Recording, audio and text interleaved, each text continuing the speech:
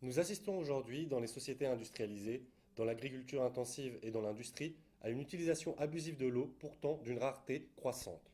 D'autre part, la tendance générale est à sa privatisation qui tend à en faire un bien économique, mais dont le prix soumis aux lois du marché ne cesse de s'élever pour les populations locales. L'eau, en tant que patrimoine universel de l'humanité et besoin vital à la survie des êtres humains, ne peut pas être traitée comme une marchandise, mais comme un bien commun de l'humanité et un droit de l'homme, conformément au droit international en vigueur. En Grèce, certains maires essayent de lancer une privatisation des services d'eau publics pour pallier soi-disant à des problèmes d'hygiène et de gestion des services d'eau potable. C'est à Thessalonique que ce mouvement a débuté, où le maire Yanis Boutaris avait annoncé la mise en marche d'une privatisation de la société publique EIVAF, responsable de la gestion de l'eau de la ville. Heureusement, ce projet a été mis à mal. Cette privatisation se trouve actuellement au point mort après un fort mécontentement de la population locale et un référendum public lors des élections municipales de mai 2014.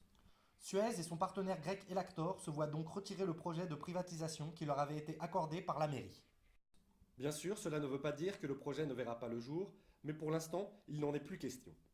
Malheureusement, la situation pour la municipalité de Volos est bien différente. Le maire, Achille Béos, élu en mai 2014, homme au passé trouble en attente de jugement pour des paris truqués au sein de l'organisme de football, a décidé de privatiser le service d'eau de la ville.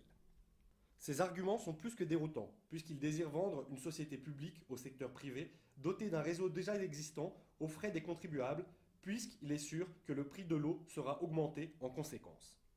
La population de Volos est assez divisée, mais ceci est dû à une campagne massive de désinformation de la part du maire de Volos. D'un autre côté, une partie importante de la population conteste cette privatisation. Plusieurs manifestations ont eu lieu, avec une réponse plutôt musclée de la part du maire. La contestation continue et plusieurs manifestations vont être organisées dans les prochaines semaines à Volos.